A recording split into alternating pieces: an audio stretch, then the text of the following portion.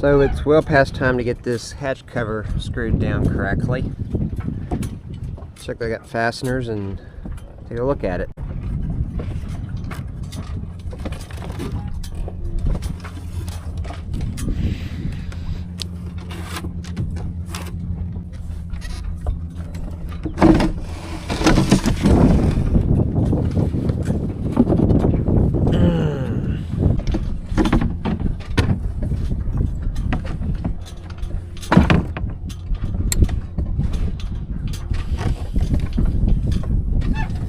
So I have put sealant and screwed down the port side hatch slide seal. Now we're going to do the starboard, which this might actually solve a water problem I've had for 2 years now. Last couple of screws for the companion hatch seal while overlooking St. Petersburg. Oh, here's a couple of little... And one big bird that decided to come watch me work. It's 90-something degrees out here. I'm dripping sweat. So if they want to watch. The port rail, getting it finally screwed down to enclose the Companionway hatch, which should help it keep it from being pried open for a break-in. Sealant applied to the slide rail. So he'll come back and clean off the top once that hardens a little bit more. And this side's done. Now time to clean up and put this side on. Getting the screws started, making sure everything lines up. Alright, got them all started and lined up. Now just to tighten it all down. Let the sealant push out just a little bit. Shows it's all the way pressed around the screw. Yep, like that. So this hole won't create a drip inside, which is important.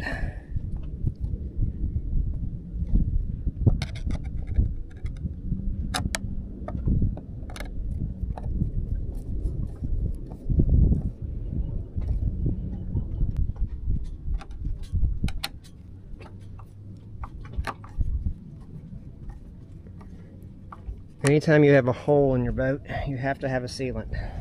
You can never let the fastener assume it's going to be tight enough to snug up, or that water will cause the material to swell. If water is causing fiberglass or almost any material to swell, that means water is seeping in at the same time.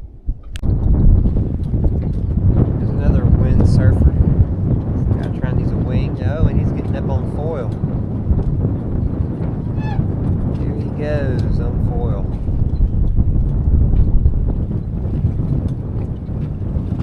The hatch lip and the Companionway boards are too tight of an interference, so I'm going to pull up these end screws and put a washer under them and see if that gives me enough space. Now to drill the pilot holes for these screws.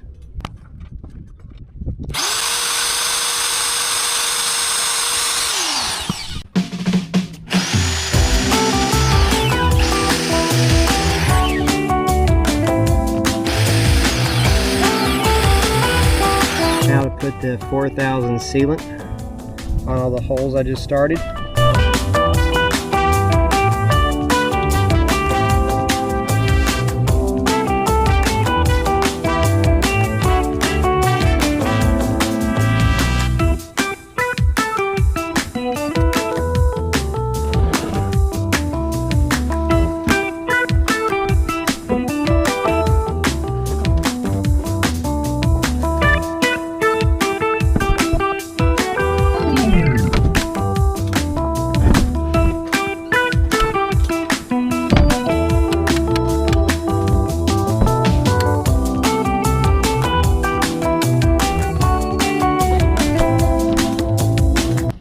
Added extra sealant on top, then put the screws in,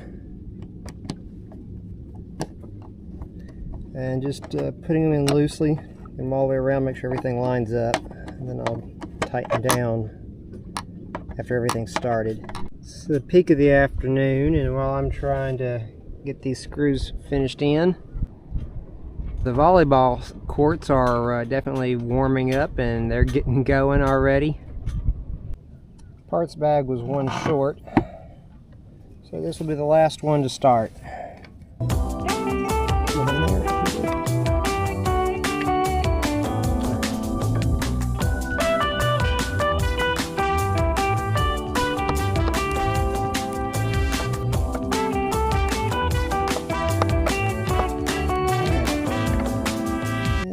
Gonna put sealant on this one. Didn't drill the hole.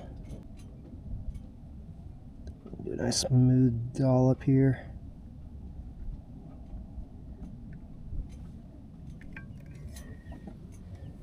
Alright, torque pattern is something usually debated. If these were both in line, it'd start center and work out. If it was all the way around, it'd set a star. But being that I'm missing this one, I'm thinking I'll consider this center and work out this way, back around, alternating. Yeah.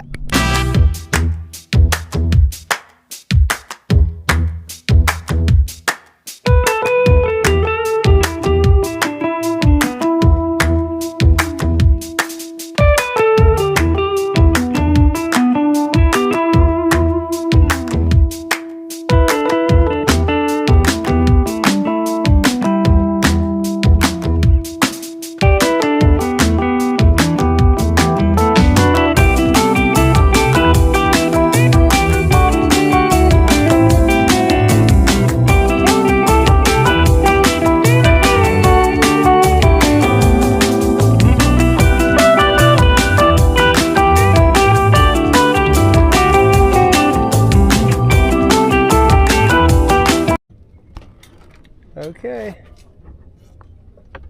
they're all torqued. Now to put the hatch down.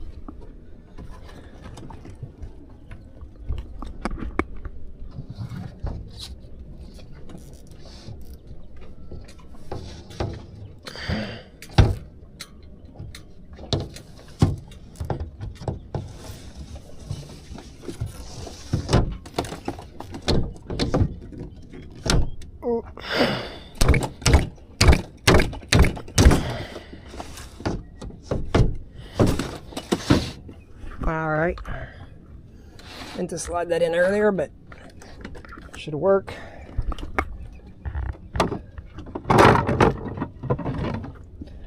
Find out how tight this is.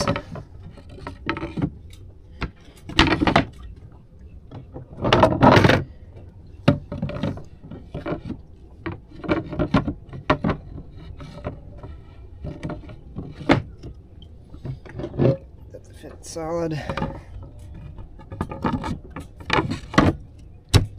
That fits solid.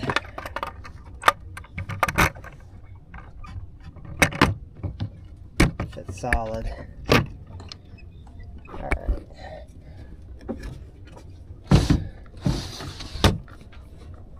It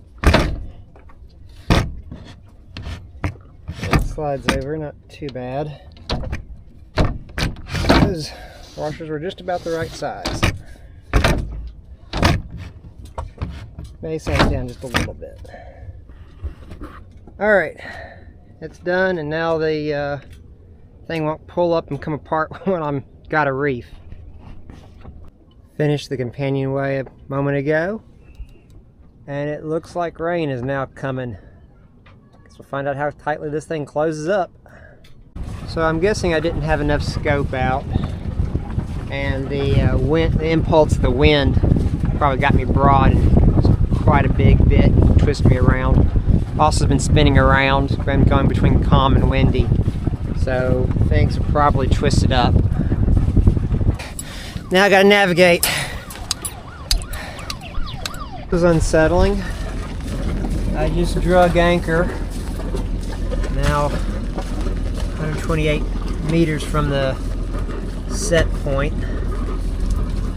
Fortunately, a distance that didn't put me too shallow, just luckily. I was managed to get the engine started.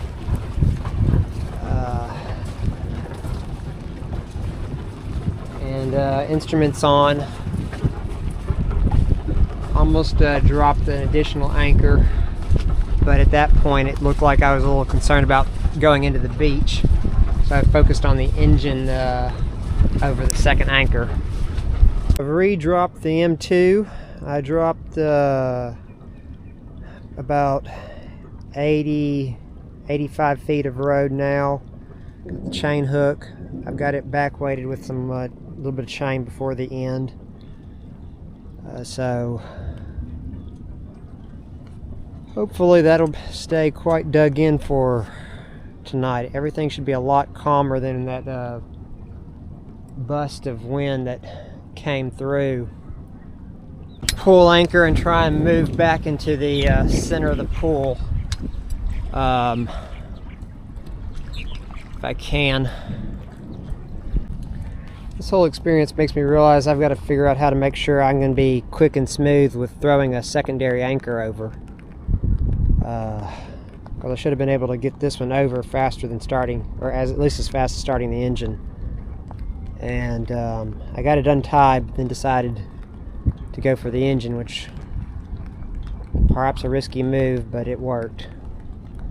And perhaps because we're trying to fight this one through the pulpit or lifelines, maybe the thing to do would have been to dump the lunch hook first, just because I can quickly just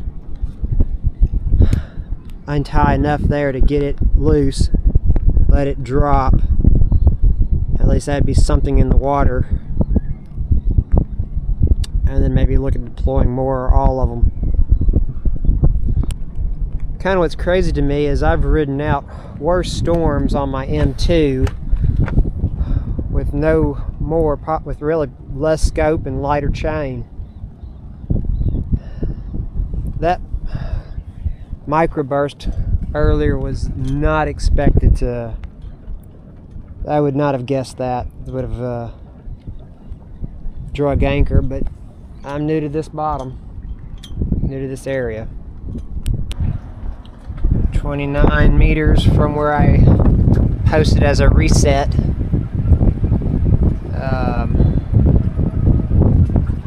Hope it's going to settle in. Just a note or thought, the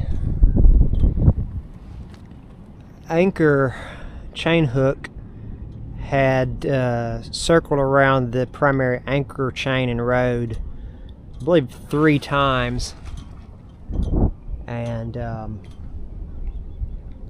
so that may have had an impact on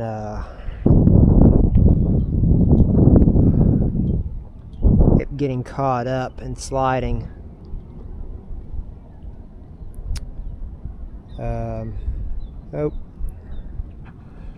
Waiting for the new chain swivel to show up. Currently I'm running without a swivel. Don't know if maybe that bound something up.